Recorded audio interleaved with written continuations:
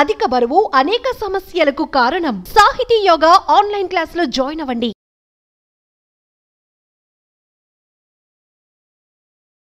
ఇది ఈరోజు నాకు ఒక అద్భుతం, ఒక మిరాకిల్ జరిగిందండి. అదేంటంటే ఈరోజు నేను మార్నింగు అన్వర్ సార్ చెప్పినట్టుగా అన్ని రాశానండి. తర్వాత ఇప్పుడు నేను చూసుకున్నాను. ఇప్పుడు చూసుకుంటే నా బినాన్స్ అకౌంట్‌లో $44 అన్‌ఎక్స్‌పెక్టెడ్‌గా యాడ్ అయిపోయినాయి. ఎలా యాడ్ అయినాయని నాకు తెలీదు. నాకు ఎవరు ఇవ్వాల్సిన వాళ్ళంటే ఎవరు లేరు. అన్‌ఎక్స్‌పెక్టెడ్‌గా $44 బినాన్స్ అకౌంట్‌లోకి యాడ్ అయినాయండి.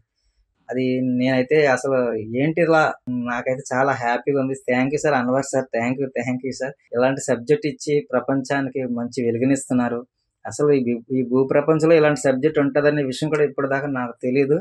కానీ ఈరోజు నాకు చాలా హ్యాపీగా ఉందండి.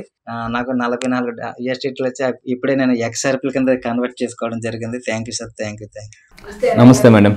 నిజంగా చాలా మంది ఉమెన్స్కి ఇండిపెండెంట్గా వాళ్ళ కాళ్ళ మీద వాళ్ళు నిలబడేలా డబ్బు సంపాదించుకుంటా చూసుకుంటూ ఉంటారు వేస్. బట్ వాళ్ళకి ఎక్కడో ఇన్వెస్ట్మెంట్ పెట్టినప్పుడు కోల్పోతారు ఉన్న భయం, ఇన్సెక్యూరిటీ, యాంగ్జైటీ ఉంటుంది. అవును. దానికి తగ్గట్టుగానే మైండ్ అండ్ బాడీ రెండు కూడా సపోర్ట్ చేయవు సార్. ఆగిపోతూ ఉంటుంటారు. ఎస్పెషల్లీ వాళ్ళ కోసం మాత్రమే అడుగుతున్నాను. ఏ విధంగా అంటే ఒక సంకల్పాన్ని, ఒక వ్యాపార వృత్తిలో రాణించాలి అన్నా, ఒక గోల్ని పెట్టుకొని దాన్ని అచీవ్ చేయాలి అనుకున్నా బాడీ, మైండ్, సోల్ ఏ విధంగా యాక్టివేట్ చేయాలి?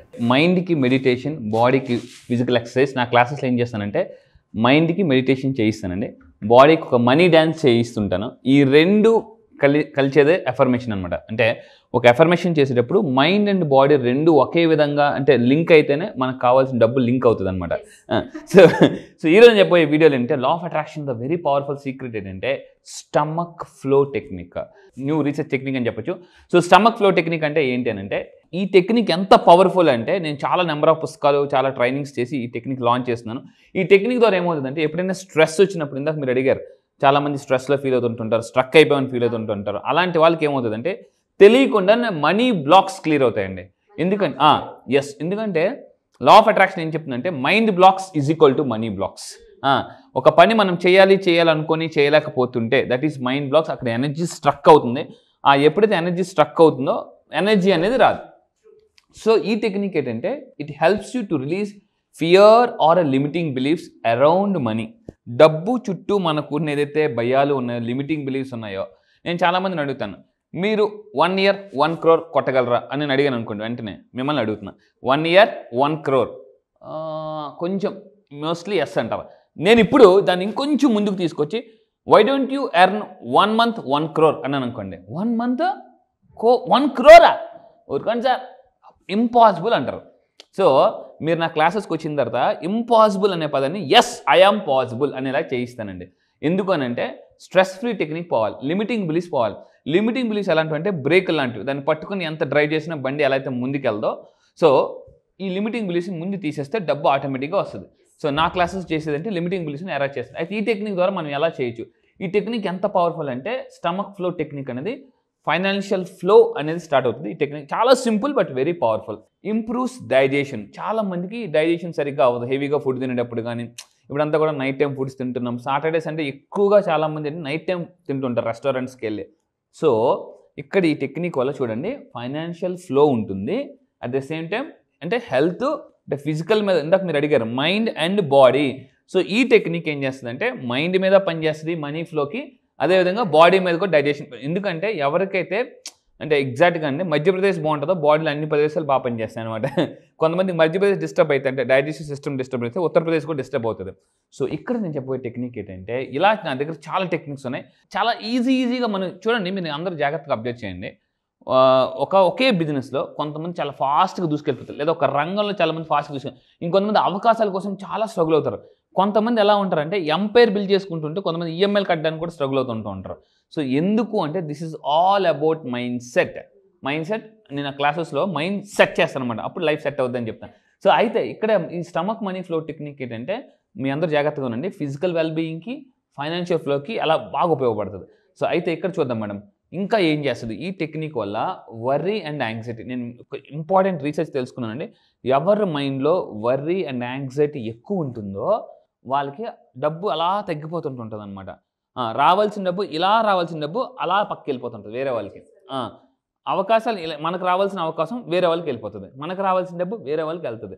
అంటే ఎవరైతే ఎక్కువ వర్రీ యాంగ్జైటీ ఉంటారో, కొంతమంది ఎలా ఉంటారంటే ఓవర్ థింకింగ్.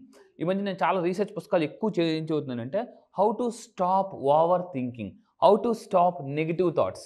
నా క్లాసెస్ అలాంటి టెక్నిక్స్ చెప్తాను అనమాట. అంటే నెగిటివ్ థాట్స్ని ఎలాగ సింపుల్గా స్టాప్ చేయాలి, బ్రెయిన్లో ఏ పార్ట్ని మనం బ్లాక్ చేస్తే ఆఫ్ చేయగలిగితే నెగిటివ్ థాట్స్ ఆగిపోతాయి, నెగిటివ్ ఎనర్జీస్ పోతాయని టెక్నిక్స్ ఎక్కువ చెప్తాను అనమాట. అయితే ఈ టెక్నిక్ ద్వారా చూడండి, 2 ఎమోషన్స్ మన అబండెన్స్ని, రావాల్సిన డబ్బుని బ్లాక్ చేస్తాయి. ఏంటంటే అది వర్రీ అండ్ యాంగ్జైటీ. అందుకే నా క్లాసెస్కి మీరు వర్రియర్గా వస్తే నేను వారియర్గా చేస్తాను, వర్రియర్గా వస్తే వారియర్గా చేస్తాను అనమాట. అది సో ఇంకా తీసుకుంటే మేడం అసలు ఇందులో నేను 6 ఇంపార్టెంట్ స్టెప్స్ చెప్తానండి. ఈ టెక్నిక్ ఇస్ వెరీ పవర్ఫుల్. కొంచెం లెందీగా ఉంటుంది, బట్ జాగ్రత్తగా వినండి, ఎక్కడ ఒక్క స్టెప్ కూడా మిస్ అవ్వకుండా. స్టెప్ నెంబర్ 1 ఏంటంటే మీరు మీ ఇంట్లో ప్రశాంతంగా కంఫర్టబుల్ ప్లేస్లో కూర్చోవాలి. అది కూడా ఎలా కూర్చోవాలంటే ఇక్కడ చూడండి, మీ 2 కాళ్ళు నేలకి సమాంతరంగా, చెప్పులు ఇప్పేసి మీ 2 కాళ్ళు నేలకి సమాంతరంగా పెట్టి ప్రశాంతంగా ఫస్ట్ స్టెప్ నెంబర్ 1 కూర్చోవాలండి. సో ఇది స్టెప్ నెంబర్ 1. స్టెప్ నెంబర్ 2 అందరూ జాగ్రత్తగా చూడండి. మీ యొక్క కుడి చెయ్యిని జాగ్రత్తగా వినండి, ఇట్స్ వెరీ పవర్ఫుల్. మీ యొక్క కుడి చెయ్యిని ఎగ్జాక్ట్గా ఈ ఎడం పక్క అంటే మన మెడ, ఈ నెక్ ఎక్కడైతే కనెక్ట్ అవుతాయో అక్కడ పెట్టాలి మేడం. మన మెడ నెక్ అయితే కనెక్ట్ అవుతాయో అక్కడ కొంచెం మీరు జస్ట్ లైట్గా ప్రెస్ చేయాలి, గట్టిగా కాకుండా లైట్గా ప్రెస్ చేసి. ఇది స్టెప్ నెంబర్ 2. మళ్ళీ చెప్తున్నానండి, జాగ్రత్తగా ఉండండి. ప్రశాంతంగా కూర్చోవాలి, మీ కుడి చేయిని ఆపోజిట్గా ఇక్కడ పెట్టాలి. స్టెప్ ఇలా ఇక్కడ గట్టిగా లైట్గా ప్రెస్ చేయడం వల్ల ఏమవుతుందంటే మనకి ఆక్యుప్రెషర్ పాయింట్స్ ఉంటాయి, అంటే మెడకి ఇక్కడ నెక్ కనెక్ట్ అయ్యేది. ఇది టెన్షన్ తగ్గిస్తుంది, డైజెస్టివ్ సిస్టమ్ పెరుగుతుంది, ఎమోషనల్ బ్యాలెన్స్ ఉంటుందండి. ఒకప్పుడు ఐక్యూ ఉండేది, ఇప్పుడు చాలామంది బాగా చదువుకొని సూసైడ్ చేసుకుంటున్నారు. ఎందుకు మరి అంత బాగా చదువుకున్న వాళ్ళు కూడా సూసైడ్స్ ఎందుకు చేసుకుంటున్నారు అంటే, ఇప్పుడు ఎందుకు విడాకుల్స్ ఎక్కువ పెరిగిపోతున్నాయి అంటే ఎమోషనల్ ఇన్బ్యాలెన్స్. చాలామంది భార్యాభర్తల మధ్య ఎందుకు, సో ఎమోషనల్ ఇన్బ్యాలెన్స్ వల్ల ఎక్కువ గొడవలు జరుగుతున్నాయి అనమాట. సో ఇక్కడ చూడండి, మనం స్టెప్ నెంబర్ 1 స్టెప్ నెంబర్ 2 చెప్పామండి. సో ఇప్పుడు స్టెప్ నెంబర్ 3 ఏంటి, జాగ్రత్తగా ఉండండి. ఇప్పుడు ఇది ఇక్కడ పెట్టారు కదండి, సో ఇప్పుడు ఎడమ చేయిని కరెక్ట్గా ఈ మోకాలు ఏదైతే ఉందో మోకాల పైన కొంచెం ఇలా గట్టిగా పట్టుకుని ప్రెస్ చేయాలి. సో ఇక్కడ ఇలా ప్రెస్ చేయాలి, ఇక్కడ ఇలా ప్రెస్ చేయాలి. సో ప్రెస్ చేసిన తర్వాత చాలా సూపర్, నేను ప్రాక్టికల్గా చేశానండి ఈ టెక్నిక్. మీరు స్ట్రెస్ని చాలా ఫాస్ట్గా బయటికి రావచ్చు అనమాట. Place your left hand just above your right నీ. సో ఈ విధంగా మీరు పెట్టుకుంటారు, లైట్గా ప్రెస్ చేస్తారు. ఇప్పుడు ఏం చేయాలి, దాని తర్వాత స్టెప్ నెంబర్ 4 ఇంపార్టెంట్. అలాగ పట్టుకొని అలా ప్రశాంతంగా రిలాక్స్గా కూర్చొని బ్రీతింగ్ ఎక్కువ తీసుకోవాలి. ఇలా గాలి పీల్చుకున్నప్పుడు చాలామంది చేసే మిస్టేక్ ఏంటంటే లంగ్స్లోకి గాలి పీల్చుకుంటారు. అలా కాకుండా ఎనర్జీ సెంటర్ అనేది స్టమక్ దగ్గర ఉంటుంది, అక్కడికి గాలి పీల్చుకోవాలన్నమాట. ఆ విధంగా గాలి పీల్చుకొని బ్రీతింగ్ అనేది, ఎందుకంటే ఎంత బ్రీతింగ్ మీద అంత ఫోకస్ పెడితే కాన్షియస్ బ్రీతింగ్ అనేది చాలా ఇంపార్టెంట్.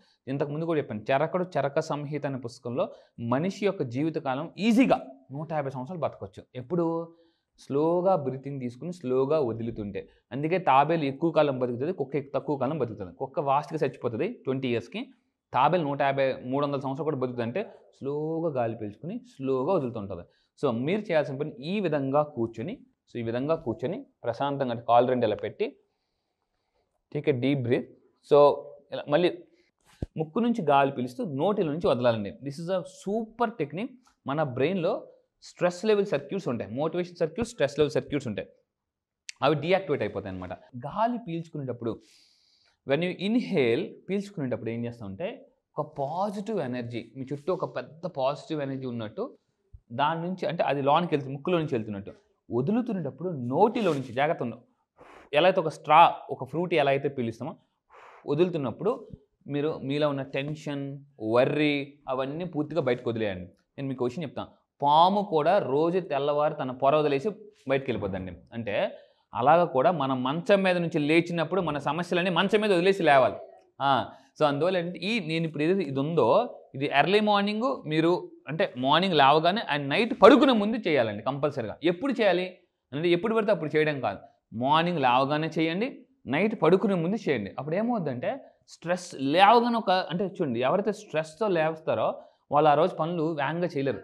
సాయంత్రం వేసరికి నీరసం వస్తుంది. కొంతమంది బాగానే ఫుడ్ తింటుంటారు కానీ అరగదు, కాలు చేతులు పీకుతుంటుంటాయి. ఎక్కువగా చాలామందికి ఈ మడాల దగ్గర పీకుతుంటుంటాయి. ఎందుకు అని అంటే స్ట్రెస్ వల్ల ఏమవుతుందంటే బాడీ ఓవర్గా పనిచేయాల్సి వస్తుంటుందండి, హెవీ లోడ్ పడిపోతుంటుంది అనమాట. సో మీరు ఈ విధంగా పడుకునే ముందు కంపల్సరీగా చేయండి, మార్నింగ్ లెగిసి చేయండి. లేచినప్పుడు చాలా ఎనర్జీతో లెగుస్తాం. ఎప్పుడైతే మనం హై ఎనర్జీతో లెగిస్తామో, high energy high money, low energy no money. So అయితే ఇంకా లాస్ట్ 5th స్టెప్ అంటే ఈ విధంగా పెట్టి మీరు పీలుస్తున్నప్పుడు hold for 5 to 10 minutes. So అంటే ఎప్పుడైతే మనం బ్రీతింగ్ని హోల్డ్ చేస్తామో అందుకే మనకు ఋషులు మహర్షులు ఎక్కువ కాలం బతుకుతారు. వాళ్ళు ఏంటంటే తిన్నా తినకపోయినా తాగినా తాగకపోయినా శ్వాస మీద బతికేస్తుంటారు అనమాట. సో ఎందుకంటే ఇప్పుడు శ్వాసే మన ఆశ అని అంటాను. సో మీరు ఈ విధంగా ఏం చేయాలంటే బ్రీతింగ్ తీసుకుంటూ హోల్డ్ చేయాలి 5 to 10 minutes. And last step number 6కి వెళ్ళే ముందు బట్ ఇక్కడ ఈ ఐదే చాలా పవర్ఫుల్. ఏం చేయాలంటే ఈ స్టెప్ నెంబర్ 5లో పంచభూతాలు మీకు సపోర్ట్ చేస్తున్నట్టుగా, మీకు ఏదో ఎనర్జీ ఇస్తున్నట్టుగా, ముక్కులోంచి గాలి పీలుస్తున్నప్పుడు ఒక పాజిటివ్ ఎనర్జీని పీల్చుకుంటున్నట్టు, వదిలేసినప్పుడు నెగిటివ్ ఎనర్జీ అంతా వెళ్ళిపోతున్నట్టు. మీకు ఏదైనా పెయిన్ ఉందనుకోండి, ఫర్ ఎగ్జాంపుల్ స్టమక్ దగ్గర పెయిన్ ఉంది, మైగ్రేన్ హెడేక్ ఉన్నప్పుడు ఏం చేయాలంటే ఆ మైగ్రేన్ హెడేక్ అంతా అలా వెళ్ళిపోతున్నట్టు చూడాలి. మీ నుంచి చూడండి ఎలా అయితే పొగలా వెళ్ళిపోతుంటుందో, ఒక కర్ర కాల్చినప్పుడు ఎలా అయితే దాని నుంచి మొత్తం పొగ అంతా అలా వెళ్ళిపోతుంటుందో మన నుంచి ఆ పొగ అంటే నెగిటివ్ ఎనర్జీ పొగలాగా వెళ్ళిపోతున్నట్టు విజువలైజేషన్ చేయాలి. When you visualise you can materialise అని చాలామంది చెప్తున్నారండి. సో విజువలైజ్ దిస్ ఫ్లో, మీ మీద ఒక ఎనర్జీ పడుతున్నట్టుగా చూడండి. ఫర్ ఎగ్జాంపుల్ మనం జనరల్గా కొన్ని దగ్గర చూస్తాం, రెస్టారెంట్లో కొన్ని సినిమాల్లో మొత్తం చీకటిగా ఉంటుంది, సడన్గా ఒక్కసారి ఫోకస్ లైట్ పడుతుంది. ఆ విధంగా మీరు ఫోకస్ లైట్ అంటే యూనివర్స్ నుంచి ఒక ఫోకస్డ్గా లైట్ మేమే పడుతున్నట్టు, అది మొత్తం మిమ్మల్ని హీల్ చేస్తున్నట్లు, లేదా అక్కడ నుంచి ఆ లైట్లో నుంచి మళ్ళా మనీ వస్తున్నట్టు చేయాలి. అయితే ఇది చాలామందికి రాదు. జనరల్గా నేనేం చేస్తానంటే నా క్లాసెస్లో ఏదైతే 9 days క్లాసెస్లో నేను ప్రాక్టికల్గా చేయిస్తానండి. ఇప్పుడు ఒక విషయం చెప్తాను. సక్సెస్ 2 రకాలుగా వస్తుంది. ఒకటి without coach, 2 with coach. Without coach 1 yearలో వస్తే, విత్ కోచ్ 6 monthsలో వస్తుందండి. ఇప్పుడు చాలామంది షటిల్ ఆడతారు, క్రికెట్ ఆడతారు, ఇవన్నీ ఆడతారు. కోచ్ లేకుండా ఆడింది వేరు, కోచ్ ఉండేది వేరు. సో నేనేం చేస్తానంటే ఇప్పుడు ఈ చెప్పిన టెక్నిక్స్ అన్నీ కూడా నేను మీకు ప్రాక్టికల్గా చేయిస్తాను. ఎందుకంటే కొంతమందికి డౌట్తో టెక్నిక్ చేస్తుంటారు అనమాట. దానివల్ల ఏమవుతుందంటే అది పని చేయదు. సో ఇక్కడ ఈ విధంగా చేస్తే అండి washes away mental and physical blocks. మైండ్కి బాడీకి ఏదో అంటే ఇన్బ్యాలెన్స్ ఉంది అది పోతుంది, అప్పుడు అది బ్యాలెన్స్ అవుతుంది, ఆటోమేటిక్గా మేనిఫెస్టేషన్ కూడా జరుగుతుంది. అండ్ లాస్ట్ స్టెప్ నెంబర్ 6 ఏంటంటే ఇక్కడ మెయిన్ థింగ్ మనకి విజువలైజ్ ఫైనాన్షియల్ ఫ్లో. నా క్లాసెస్లో విజువలైజేషన్ ఎలా చేయాలి, టైప్స్ ఆఫ్ విజువలైజేషన్ ఏంటి, విజువలైజేషన్లో అసలు ఏ సెన్సెస్ ఎలా వాడాలి. చాలామంది తప్పు ఏంటంటే విజువలైజేషన్లో 1 or 2 లేదా మ్యాక్సిమం 3 సెన్సెస్ వాడతారు. చాలామంది 5 సెన్సెస్ ఎలా వాడాలో తెలియదు. నేను గైడెడ్ విజువలైజేషన్ చేయిస్తాను. గైడెడ్ విజువలైజేషన్ చిన్నప్పుడు మనకి చదువుకునేటప్పుడు గైడ్ పట్టుకునేవారు. జనరల్గా గైడ్ ఏం చేస్తుంది, ఎగ్జాక్ట్గా వే చూపిస్తుంది. అంటే 2 మార్కుల క్వశ్చన్ ఇలా వస్తే, 5 మార్కుల క్వశ్చన్, టెక్స్ట్ బుక్ చదివేది వేరు, గైడ్ చదివేది వేరండి. సో నేనేం చేస్తానంటే ఒక గైడ్ లాగా ఆల్ ఇన్ వన్ లాగా పనిచేస్తాను అనమాట. సో క్లాసెస్లో విజువలైజేషన్ ఎలా చేయాలని స్పష్టంగా నేను నేర్పిస్తాను. అయితే top sports people, celebrities law of అట్రాక్షన్ని ఎలా వాడుతున్నారు అనేది, వాళ్ళు ఎలా విజువలైజేషన్ చేస్తున్నారో, ఈవెన్ ఒలింపిక్స్కి వచ్చిన వాళ్ళు కూడా, ఆ పర్సన్ పేరు నా క్లాసెస్లో చెప్తాను. 6 years ఒలింపిక్స్కి వెళ్ళి ఓడిపోయి ఒక మెడల్ కూడా సాధించలేని ఒక అతను ఉన్నారు. అతను ఈ విజువలైజేషన్ని నేర్చుకుని నెక్స్ట్ టైం వెళ్ళినప్పుడు గోల్డ్ మెడల్ కొట్టాడు అతను డైరెక్ట్గా. ఆ పర్సన్ ఏంటి, అతను ఎవరు, అసలు ఎలాగా అతను విజువలైజేషన్ వాడు, అసలు ఏ విధంగా విజువలైజేషన్ చేశాడు. చాలామంది విజువలైజేషన్ చేసినప్పుడు ఇంట్లో జరిగిపోయిన గొడవలు గుర్తొస్తాయి, ఎవరో మిమ్మల్ని ఆ రోజు హట్ చేసినవన్నీ గుర్తొస్తుంటుంది, లెగిసి మళ్ళీ కాములు అనమాట. సో నేను మళ్ళీ చెప్తున్నానండి, బ్లాక్గా ఉన్న స్క్రీన్ని, అంటే బ్లాక్ ఏం కనిపించదు జనరల్గా విజువలైజేషన్ చేసినప్పుడు ఏం ఉండదు అనమాట. చాలామందికి అలా కూర్చుంటారు విసిగొచ్చి చిరాకు వదిలేస్తారు. ఇంత పవర్ఫుల్ వజ్రాన్ని చాలామంది పిచ్చి రాయిలాగా వాడుకుంటారు, అంటే ఒక చిన్న రాయిలాగా పడేస్తుంటారు అనమాట. సో నేనేం చేస్తానంటే విజువలైజేషన్ యాక్టివేట్ చేసి క్లాసెస్లో ఫైనాన్షియల్ రిసోర్సెస్ ఎలా పొందాలి, ఎలా కనెక్ట్ అవ్వాలి యూనివర్స్కి. సో లా ఆఫ్ అట్రాక్షన్ అంటే అందరూ ఏమనుకుంటారు, మీ అందరూ కూడా జాగ్రత్తగా ఉండండి. లా ఆఫ్ అట్రాక్షన్ అంటే మనం ఏది కోరుకుంటే అది జరిగిపోద్ది అనుకుంటారు, కాదు. మళ్ళీ చెప్తున్నాను జాగ్రత్త. లా ఆఫ్ అట్రాక్షన్ అంటే మీరు ఏది కోరుకుంటే అది జరగదు. సో ఎలా ఉంటే అలా జరుగుతుంది. ఇది actual the real law of attraction. దీని లా ఆఫ్ రెజొనెన్స్ అని కూడా అంటారు. సో అయితే క్లాసెస్లో అలా ఎలా ఉండాలి, ఎందుకంటే మనం ఎంత పాజిటివ్గా ఉన్నా ఎవరో ఒకరు వచ్చి డిస్టర్బ్ చేస్తూ ఉంటారు. ఒక్కోసారి పరిస్థితులు, అంటే మనుషులు డిస్టర్బ్ చేస్తారు, రెండో పరిస్థితులు డిస్టర్బ్ చేస్తుంటాయి. అంటే మీకు మీరు బాగానే ఉంటారు, కానీ మీ చుట్టూ మీ ఫ్యామిలీ మెంబర్స్కి ఎవరికి ఒంట్లో బాగోకపోవడం, ఆ రోజంతా కూడా మైండ్ డిస్టర్బ్గా ఉంటుంది. Body present, mind absent. ఇక్కడ ఉంటారు కానీ ఫోకస్ అంతా అక్కడే ఉంటుంది అనమాట. అప్పుడు మేనిఫెస్టేషన్ జరగదు, మైండ్ఫుల్నెస్గా ఉండరు. నేనేం చెప్తానంటే లైఫ్లో ఫుల్ అవ్వాలంటే మైండ్ఫుల్నెస్ అనేది చాలా అవసరం. అవి నేను క్లాసెస్లో చెప్తుంటానండి.